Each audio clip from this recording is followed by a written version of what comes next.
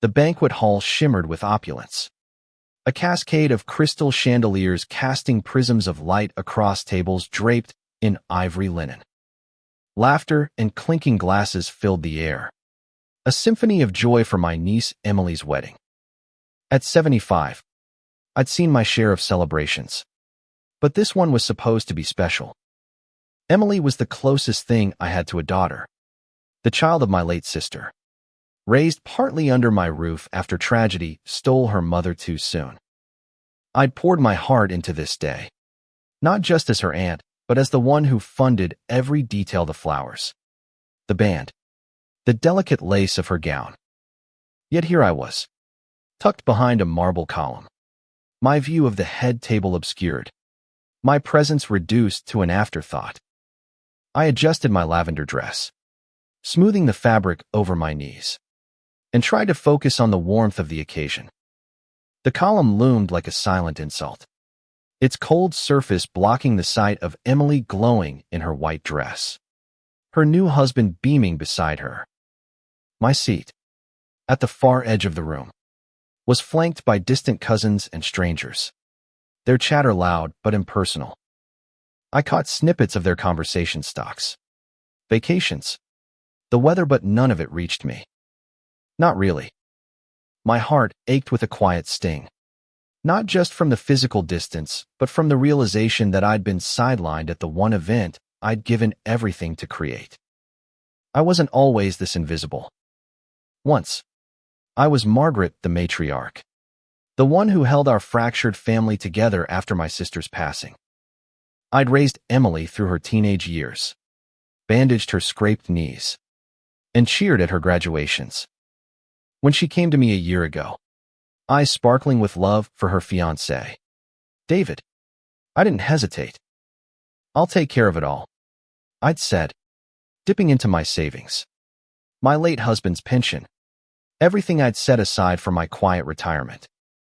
I wanted her to have the wedding I never had, one filled with beauty and promise. But now, as I sat behind this column, I wondered if my efforts had been seen at all.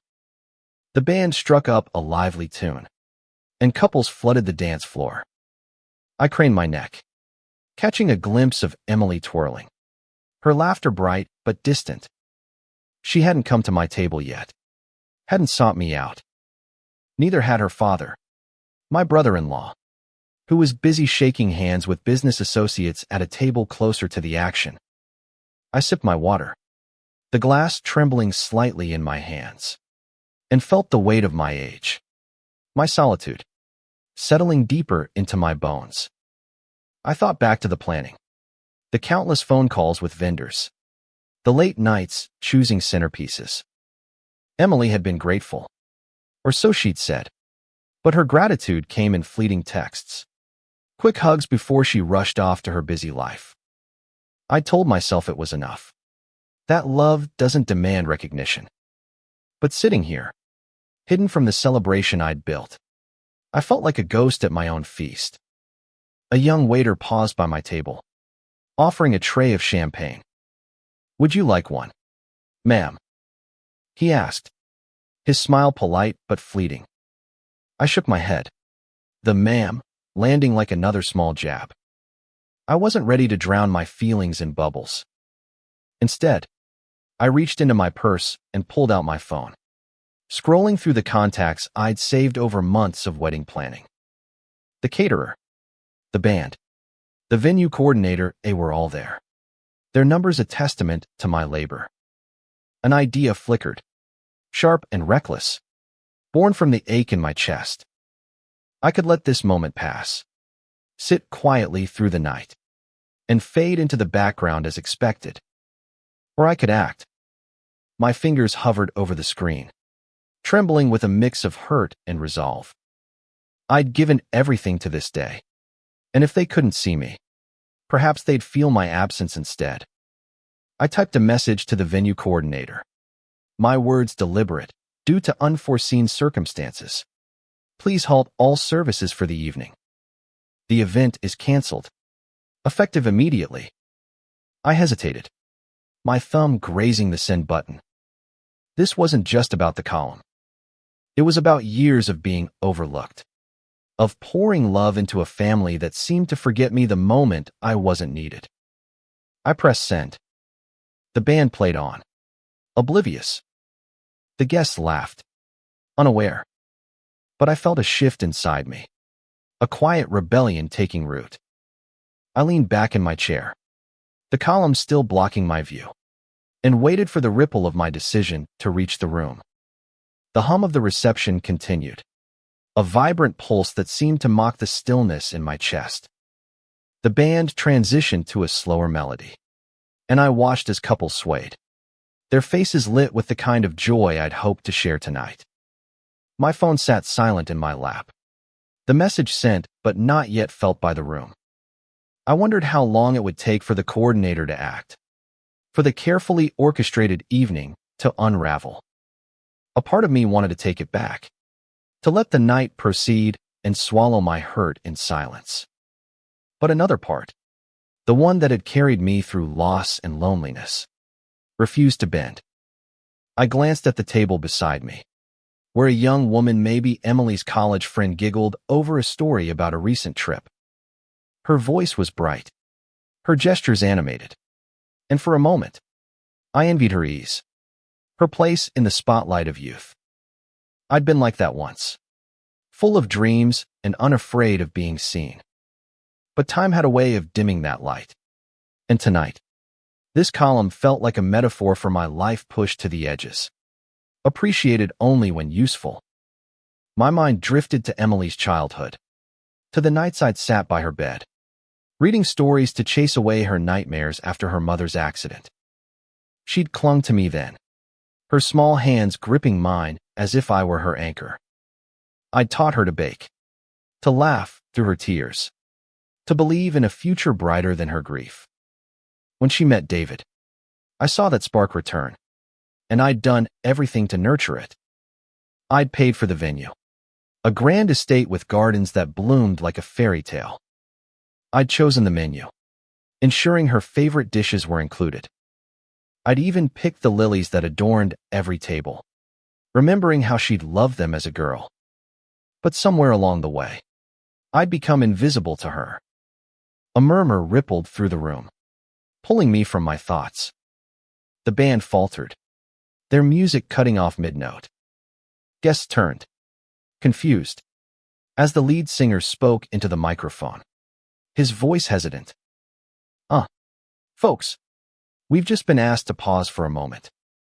Please bear with us." My heart quickened. The coordinator had received my message. I caught sight of Emily across the room, her brow furrowed as she whispered to David. Her father, Robert, stood abruptly, scanning the room as if searching for answers. I stayed still, my hands folded in my lap, my expression calm. No one looked my way. Not yet. The waiters began to clear plates. Their movements hurried, almost frantic. Guests exchanged glances, their laughter replaced by uneasy whispers. I felt a pang of guilt, sharp and fleeting, but it was drowned out by the memory of Emily's fleeting thank yous, of Robert's dismissive nod when I'd arrived tonight.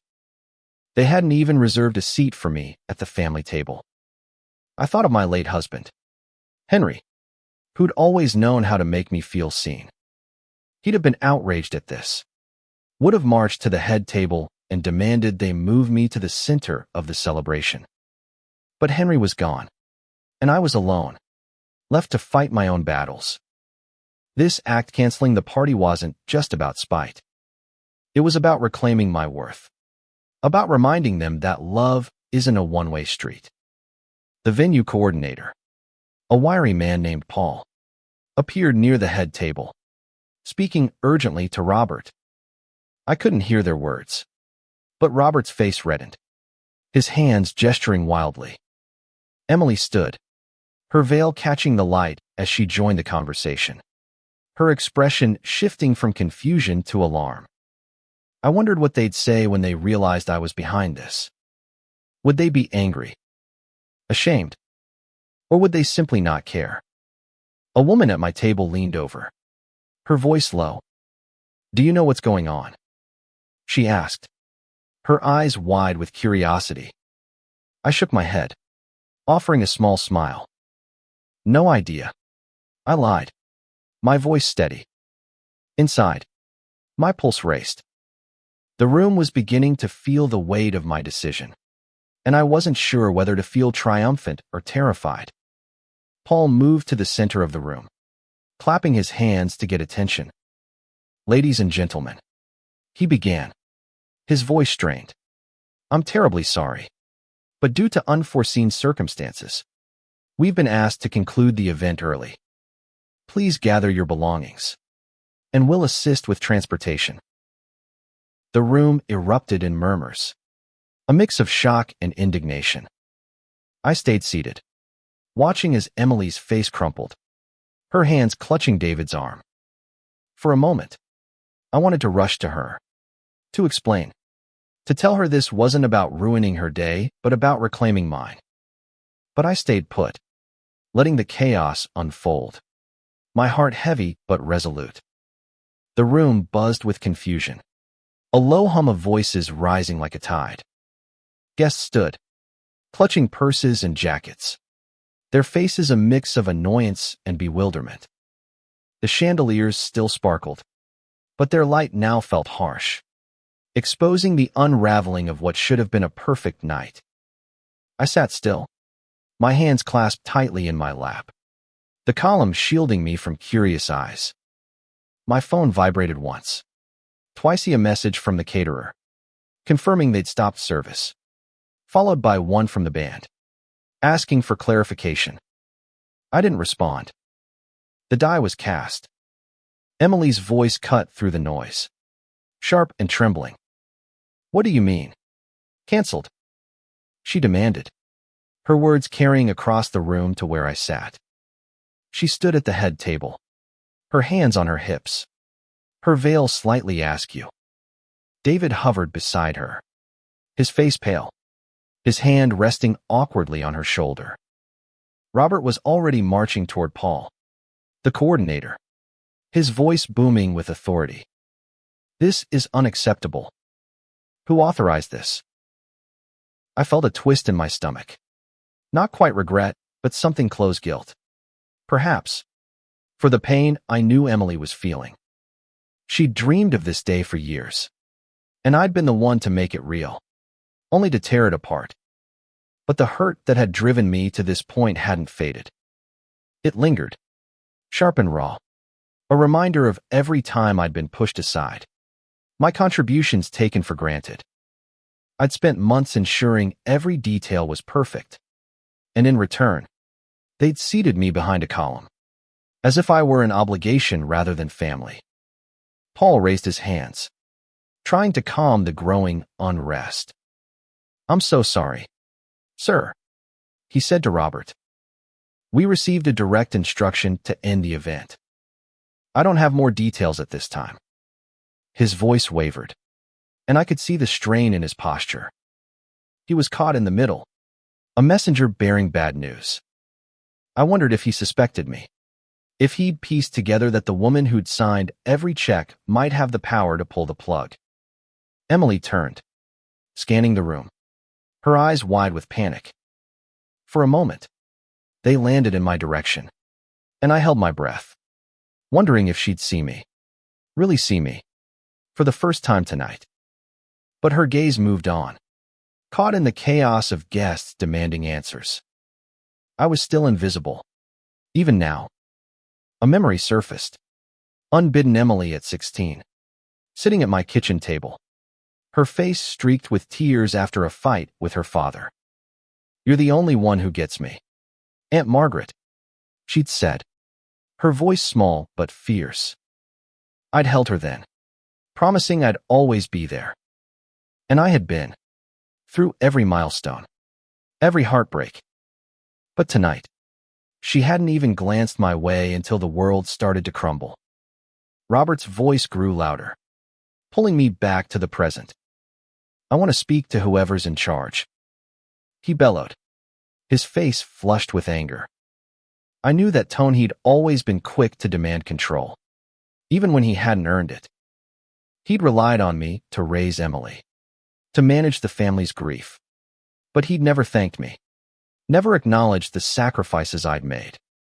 Now, he stood at the center of the room, claiming authority over a celebration I'd built. I shifted in my seat, my fingers brushing the edge of my phone. I could undo this, I thought. One message, one apology, and the night could resume. But the thought of returning to that table, to the column and the indifference, made my chest tighten. I'd spent too many years being the one who fixed things, who smoothed over tensions, who gave without expecting anything back. Tonight, I wanted them to feel the weight of my absence. A young woman, Emily's maid of honor. I recognized her from the rehearsal approached the head table. Her voice soft but urgent. Em, maybe it's a mistake. Let's figure this out. Emily nodded, wiping her eyes, and I felt another pang. She was trying so hard to hold it together, to salvage her day. I loved her, fiercely, but love didn't mean letting myself be erased. The guests were moving now, some heading toward the exits, others lingering in clusters, their voices a mix of frustration and curiosity. The band packed up their instruments. The waiters cleared the last of the plates, and the room began to feel hollow, like a stage after the curtain falls. I stayed where I was, watching, waiting. I didn't know what would come next, but for the first time in years, I felt the power of my own voice, even if it was silent. The banquet hall, once alive with music and laughter, now echoed with the shuffle of feet and the low murmur of discontent. The chandeliers still glowed, but their light seemed dimmer, as if the room itself were mourning the abrupt end of the celebration. I remained in my seat, the column a steadfast barrier between me and the chaos I'd unleashed. My phone buzzed again, another message from the caterer, asking if I was sure. I didn't reply. The decision was made, and I was done second-guessing. Emily stood at the center of the room now, her white dress a stark contrast to the confusion around her. She clutched David's hand, her face a mix of shock and determination. This can't be happening, I heard her say, her voice breaking. There has to be an explanation. Robert was still arguing with Paul, his gestures sharp, his voice carrying the weight of a man used to getting his way. But no amount of bluster could change what I'd done. I felt a strange calm settle over me, a quiet resolve that held firm despite the guilt tugging at its edges. This wasn't just about the column or the seating arrangement. It was about the years I'd spent giving me time, my money, my heart, only to be treated as an afterthought. I'd raised Emily, loved her like my own, and funded this wedding with every penny I could spare. Yet here I was, hidden away, my presence barely acknowledged.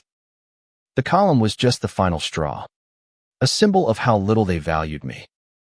A woman approached my table, her face vaguely familiar, perhaps a distant relative I'd met at a family reunion years ago. Margaret, isn't it? She asked, her tone gentle but curious. Do you know what's going on? This is so strange. I smiled faintly, shaking my head. I'm as confused as you are, I said, the lie slipping out easily. She nodded, accepting my answer, and moved on, joining the stream of guests heading toward the coat room. I watched Emily now, her movements frantic as she spoke to the maid of honor and a few other friends. She was trying to rally them, to find a way to save the night. I admired her resilience, her refusal to let the moment slip away without a fight. She'd always been strong, even as a child, but that strength had sometimes blinded her to the people who'd helped her stand.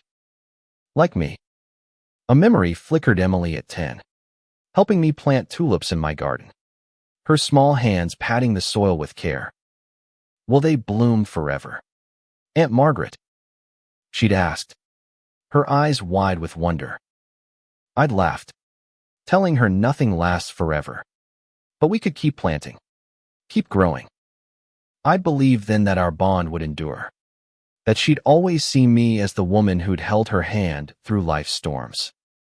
But somewhere along the way, she'd stopped looking back.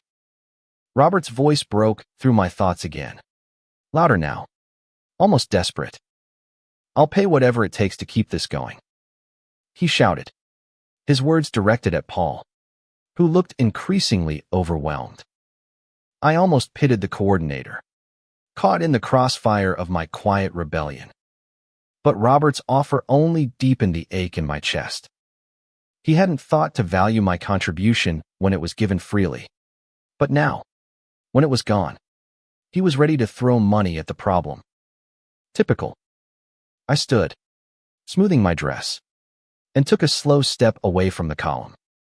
For the first time tonight, I felt a need to move, to be seen, even if only for a moment.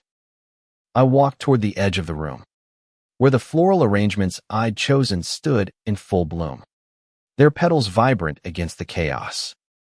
A few guests glanced my way, but their eyes slid past me, focused on their own confusion. I was still invisible, but I no longer cared. Emily's voice rose again, this time closer. Aunt Margaret, she called, and my heart stuttered. I turned to see her weaving through the crowd, her dress trailing behind her like a comet's tail. Her face was flushed, her eyes searching. Aunt Margaret, have you seen what's happening? They're saying the wedding's canceled. Her voice cracked, and I saw the child she'd once been, the one who'd run to me for answers. I nodded, keeping my expression neutral. I heard. I said softly, I'm sorry, Emily. The words were true, but they carried a weight she couldn't yet understand. She looked at me, her eyes pleading for me to fix this, the way I'd always fixed things. But this time, I wouldn't. Not yet. Emily stood before me, her eyes wide with a mix of panic and hope, as if I could wave a wand and restore her perfect day. The banquet hall was emptying now, guests streaming toward the exits, their voices a chorus of frustration and confusion. The lilies I'd chosen for the tables drooped slightly, as if they, too, felt the weight of the moment. I looked at Emily, her veil catching the light, and felt the familiar pull to comfort her, to fix everything. But the hurt that had driven me to send that message still burned, a quiet fire in my chest. Aunt Margaret, do you know anything about this? She asked, her voice trembling. Why would someone cancel the wedding? Her question hung between us, heavy with innocence. She didn't suspect me. Not yet. To her, I was still the reliable aunt, the one who solved problems, not created them. I wanted to tell her everything, how the column had felt like a slap, how her father's indifference had cut deeper than she could know, but the words stayed locked inside me. I don't know, sweetheart, I said, my voice steady but soft. But I'm sure it'll be sorted out. Another lie. But it came easily. A shield for the truth I wasn't ready to share. Emily's face crumpled, and she reached for my hand, her grip tight, like she was anchoring herself to me.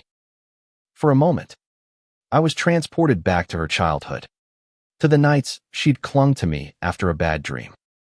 But this wasn't a dream I could soothe away. David appeared behind her, his tie loosened, his expression strained. Margaret, we're trying to figure this out, he said, his voice polite but distant.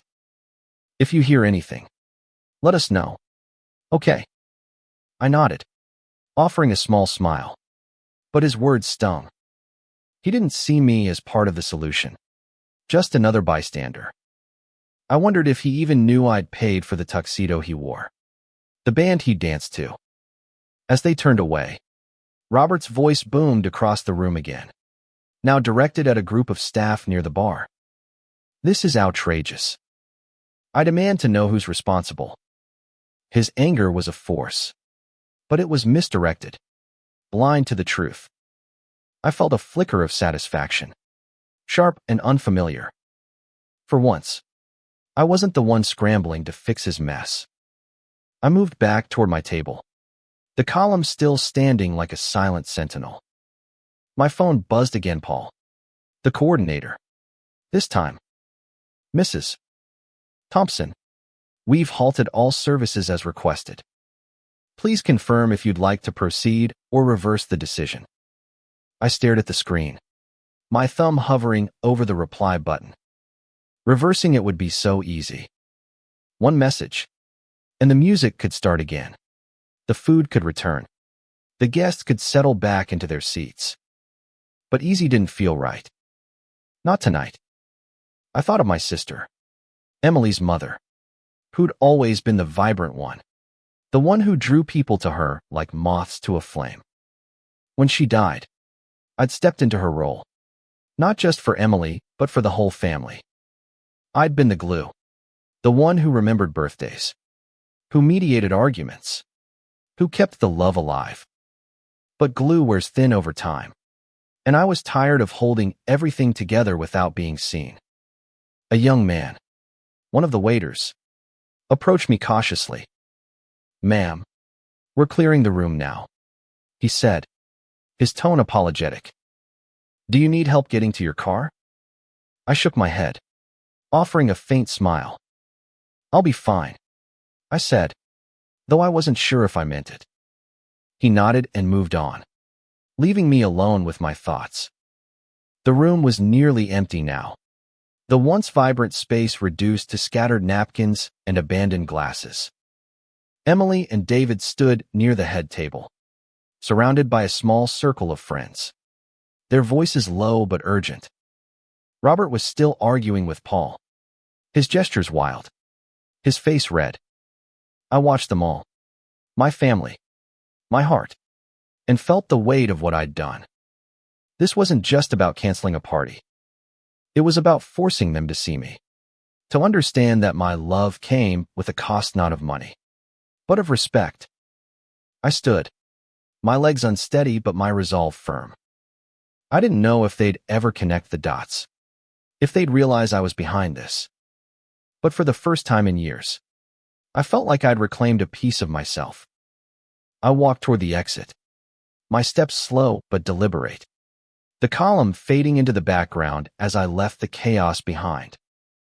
The cool night air hit my face as I stepped outside, the estate's grand entrance looming behind me. The parking lot was a flurry of activity guests climbing into cars, valets scrambling to keep up, their voices a low hum of frustration. The stars above were sharp and clear, a stark contrast to the chaos I'd left inside. I pulled my shawl tighter around my shoulders, my breath visible in the crisp evening. My phone buzzed again, but I ignored it, letting the weight of my decision settle into me like a stone. I'd done something unthinkable, something that would mark me as the villain in their story. But as I stood there, alone under the vast sky, I didn't feel like a villain. I felt like Margaret, the woman who'd spent decades giving, only to be tucked behind a column at the one moment she'd wanted to be seen. The hurt still lingered, but so did a quiet strength, a certainty that I'd done what I needed to do. A car pulled up nearby, and Emily's maid of honor, Sarah, stepped out, her face pale in the glow of the headlights. She spotted me and hesitated, then walked over, her heels clicking on the pavement. "Margaret, are you okay?" she asked, her voice soft but edged with worry. "Emily's a mess in there. They're trying to figure out what happened." I nodded, keeping my expression neutral. "I can imagine," I said. "It's a terrible thing to happen on her day." My words were careful, masking the truth. Sarah studied me, her eyes narrowing slightly, as if she sensed something beneath my calm facade. But she didn't press, just offered a small smile and said, "Let me know if you need a ride home." "Okay." "Thank you, dear," I replied, watching as she hurried back toward the venue.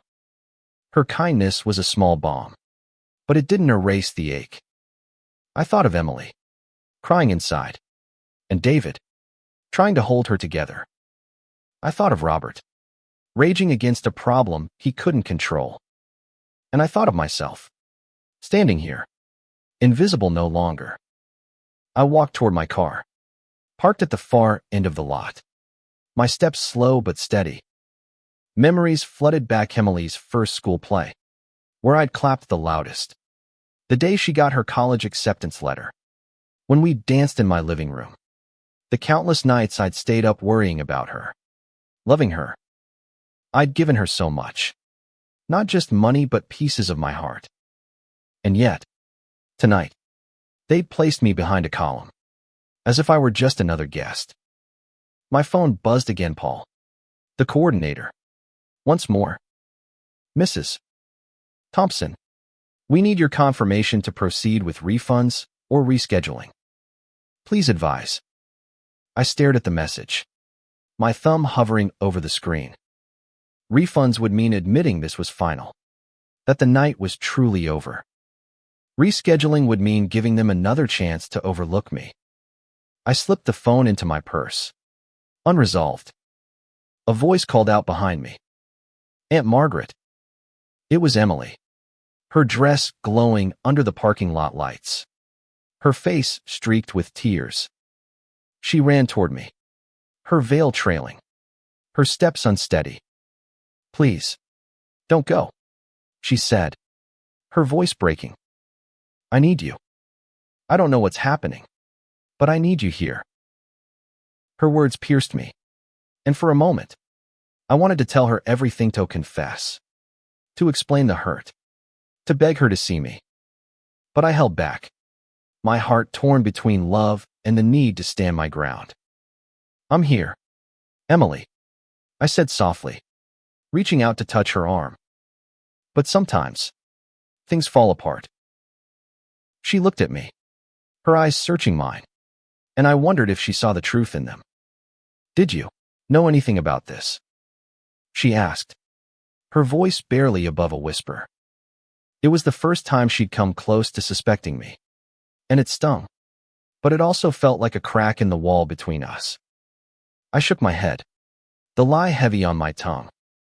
I'm just as shocked as you are, I said, but we'll figure it out. She nodded, wiping her eyes, and leaned into me, her head resting on my shoulder. For a moment, we were just Emily and Aunt Margaret, the way we'd been years ago, before life pulled us apart. But as I held her, I knew the truth would come out. And when it did, I'd have to face the consequences of my quiet rebellion. Emily's weight against my shoulder was both a comfort and a burden, her tears soaking into the fabric of my shawl. The parking lot was quieter now, the last of the guests dispersing into the night, their headlights fading into the distance. The estate stood behind us, its windows glowing with the remnants of a celebration cut short. I held her close, my heart aching with love and resolve, knowing this moment of closeness might be fleeting once the truth surfaced. Why would someone do this? Emily whispered, her voice muffled against me. Who would want to ruin today? Her question hung in the air, sharp and accusing, though she didn't yet know who to blame. I stroked her hair, the way I had when she was a child, and said nothing. The truth was a weight I wasn't ready to share. Not here. Not now. Robert's voice broke the silence, loud and commanding as he strode toward us. Emily, we need to talk to the manager again, he said, barely glancing at me. This isn't over. I'll get to the bottom of this. His tone was all business, as if the wedding were a deal gone wrong, not a day meant for joy. I felt the familiar sting of his dismissal, the way he'd always treated me as secondary, a helper rather than family. Emily pulled away, wiping her eyes. Dad, Aunt Margaret's here, she said, her voice soft but firm. Maybe she can help. For the first time tonight, she looked at me like I mattered, like I was more than just a guest. But the moment was bittersweet, tainted by the secret I carried. Robert finally turned to me, his eyes narrowing. "Margaret, you've been quiet all night," he said, his tone clipped. "Do you know anything about this mess?" His suspicion was palpable, and I felt a chill run through me. He'd always been quick to judge, slow to listen. I met his gaze, my expression calm but unyielding. "I've been sitting behind a column, Robert," I said, my voice steady. "I haven't exactly been in the loop." The words carried a bite I hadn't planned, and I saw a flicker of unease cross his face. Emily looked between us, confused, sensing the tension but not understanding its source. "Let's go inside," Robert said, turning away. "We'll sort this out." Emily hesitated, then took my hand, pulling me along. "Come with us, Aunt Margaret," she said. "Please." I nodded, letting her lead me back into the venue, my heart pounding with the weight of what was coming. Inside, the banquet hall was nearly deserted, the tables bare except for a few scattered napkins and half-empty glasses. Paul, the coordinator, stood near the bar, his face drawn as he spoke to a small group of staff. When he saw us, he approached, his expression wary. "Mr. Thompson, MS. Emily," he said, nodding to them, then to me. "Mrs. Thompson, I've been trying to reach you." My stomach twisted. This was the moment the truth would start to unravel. Emily's grip on my hand tightened, and Robert's eyes narrowed further. "What do you mean? You've been trying to reach her?" he demanded. Paul hesitated, glancing at me, and I knew he was waiting for my lead. "I sent a message," I said, my voice calm but firm. "I asked for the event to be stopped." The words landed like a stone in still water, rippling through the small group. Emily's hand dropped from mine, her eyes wide with shock. Robert's face reddened, his mouth opening, then closing, as if he couldn't process what I'd said. "Aunt Margaret, why?" Emily's voice was a whisper, her eyes filling with tears again. "Why would you do this?" The hurt in her voice cut deep, but I held her gaze, refusing to look away. "I gave everything for this day," I said, my voice steady despite the tremor in my chest. "My time, my money, my heart. And you sat me behind a column. Emily, you all did. Like I was nothing." The words poured out, raw and unfiltered, years of unspoken pain breaking free. I've spent my life loving this family, and tonight, I was invisible. Emily's face crumpled, and Robert took a step forward, his voice low and dangerous. "You canceled my daughter's wedding because of a seat?" he asked, incredulous. But I saw the flicker of guilt in his eyes, the recognition that he'd played a part in this. "It wasn't just the seat," I said, my voice softer now, but no less firm. "It was everything. And I'm done being invisible." The room fell silent, the weight of my words settling over us like a storm cloud, heavy with truth and consequences. The silence in the banquet hall was deafening, the kind that follows a truth too raw to ignore. Emily stared at me, her eyes brimming with tears, her hands trembling at her sides.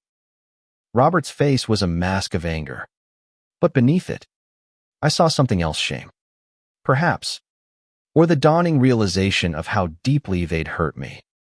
Paul, the coordinator, shifted uncomfortably, his eyes darting between us, unsure whether to stay or flee. The room felt vast and empty, the remnants of the celebration scattered like ghosts. "Aunt Margaret," Emily said, her voice breaking. "I didn't know. I didn't mean to make you feel like that." Her words were sincere, but they came too late, a bandage on a wound that had festered for years. I wanted to believe her, to let her tears wash away the hurt.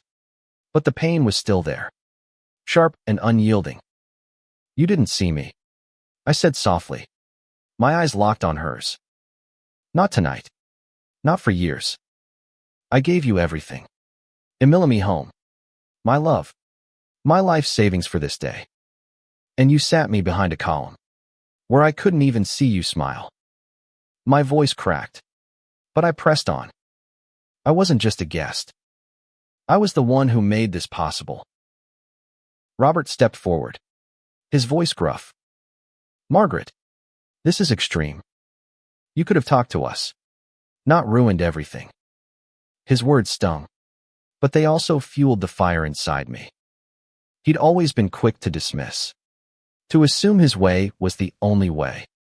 I turned to him, my gaze steady. Talk to you? I asked, my voice rising slightly. When? Robert. When you were too busy with your business friends to notice me. When you let me raise your daughter without a single thank you. I've been talking for years, and no one listened.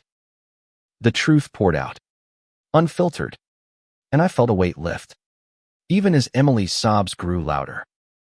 She reached for me, her hand hovering before falling back to her side.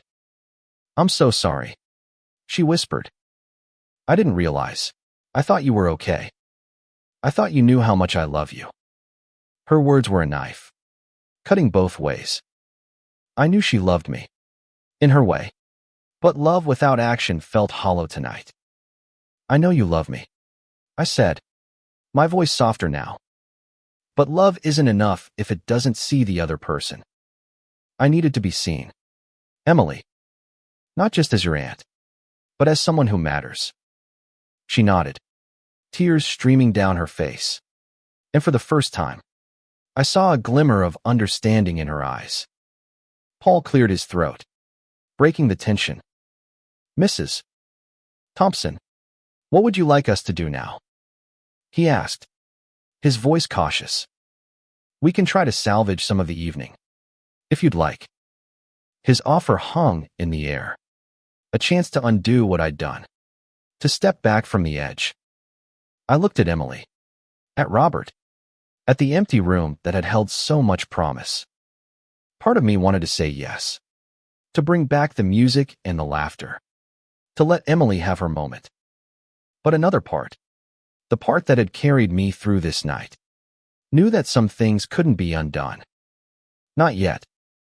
No, I said, my voice firm. The night is over. But maybe we can start again tomorrow. Emily's eyes widened, a spark of hope flickering through her tears. Robert's jaw tightened, but he said nothing, his silence a small concession. I turned to Emily, taking her hand in mine. I love you, I said, my voice steady. But I need you to see me. Really see me. Can you do that? She nodded, her grip tightening. And for the first time, I felt a spark of connection, fragile but real. We walked out together, the three of us, into the night. The stars were still bright, the air still crisp, but something had shifted. I'd torn down the celebration, but in doing so, I'd built something Nawa chance for them to understand, to value me, to rebuild what had been broken. It wouldn't be easy, and the road ahead would be messy, but for the first time in years, I felt seen, and that was enough.